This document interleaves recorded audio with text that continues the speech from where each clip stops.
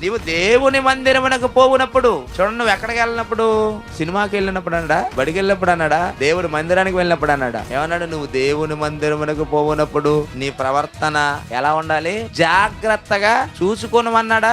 నువ్వు దేవుని మందిరికి పోవునప్పుడు నీ పక్కన వారి ప్రవర్తన జాగ్రత్తగా చూడమన్నాడా? చూడండి ఏమన్నాడు అక్కడ, నువ్వు దేవుని మందిరమునకు పోవునప్పుడు నీ పక్క వారి ప్రవర్తన జాగ్రత్తగా చూడమనలేదు, నీ ప్రవర్తన జాగ్రత్తగా చూచుకో అన్నాడు. అంటే మన రీసెర్చ్ పక్కన వాళ్ళ మీద కాదు, ఎక్కడ ఉండాలి? మన మీద ఉండాలి. మన ప్రవర్తన మనమే చూసుకోవాలి. నేను ఎలా కూర్చుంటున్నాను, నేను ఎలా స్పందిస్తున్నాను, నేను వాక్యం ఎలా వింటున్నాను, చెప్పిన వాక్యం నేను రాసుకుంటున్నానా, పక్క వారికి నేనేమన్నా డిస్టర్బెన్స్ గా ఉన్నానా, నా వలన నలుగురు ఇబ్బంది ఏమైనా పడుతున్నారా, నా వలన ఏమైనా అక్కడ డిస్టర్బెన్స్ ఏమైనా జరుగుతుందా, అసలు నేను ఎలా ఉన్నాను అని ప్రతి ఒక్కరూ ప్రశ్నించుకోవాలి, ప్రతి ఒక్కరు చూసుకోవాలి. ఇప్పుడు లోపం లేని వారు ఏం చేస్తారు?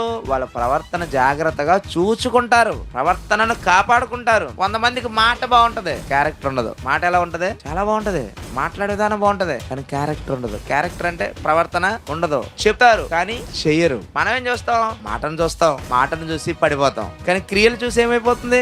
దూరం అయిపోతాం. అందుకే దేవుడు మంచి హెచ్చరికలు చేశాడు. నీలో లోపం లేదు అనడానికి ఆధారం ఏంటంటే నీ ప్రవర్తన బాగుంటుంది అన్నాడు. అంటే మన ప్రవర్తన ఎలా ఉండాలి? బాగుండాలి, ప్రవర్తన బాగుండాలి.